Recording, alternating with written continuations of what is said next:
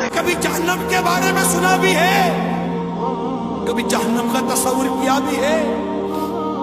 سنو سنو، اگر جہنم کو سوئی کی نوک کے برابر کھول دیا جائے تو اس کی تپش و بدبو سے ساری مخلوق ہلاک ہو جائے۔ اہل جہنم کا جو مشروب پینے کے لیے دیا جائے گا، اہل جہنم کو جو مشروب پینے کے لیے دیا جائے گا وہ اس قدر خطرناک ہے کہ اگر اس کا ایک ڈول دنیا میں بہا دیا جائے تو دنیا کی تمام کھیتیاں برباد ہو جائیں، نہ اناج اگے نہ پھل۔ کبھی سوچا؟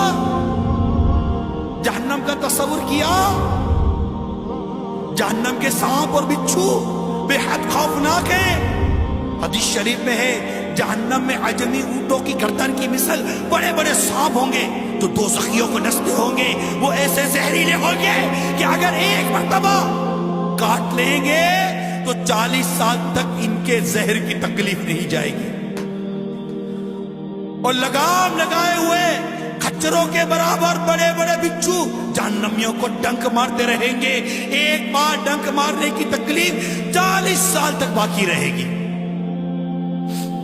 ترمذی کی روایت میں ہے جہنم میں سعیود نامی آگ کا ایک پہاڑ ہے جس کی بلندی 70 برس کی راہ ہے۔ کافر جہنمیوں کو اس پر چڑھایا جائے گا، 70 برس میں وہ اس بلندی پر پہنچیں گے، پھر اوپر سے انہیں گرایا جائے گا تو 70 برس میں وہ نیچے پہنچیں گے۔ اسی طرح ان کو عذاب دیا جائے گا۔ جہنم کے ایسے ایسے خوفناک عذاب کا تذکرہ سننے کے باوجود بھی جو گناہوں سے باز نہ آئے اس پر واقعی تعجب ہے، جو خیال نہ کرے، سوچے نہیں۔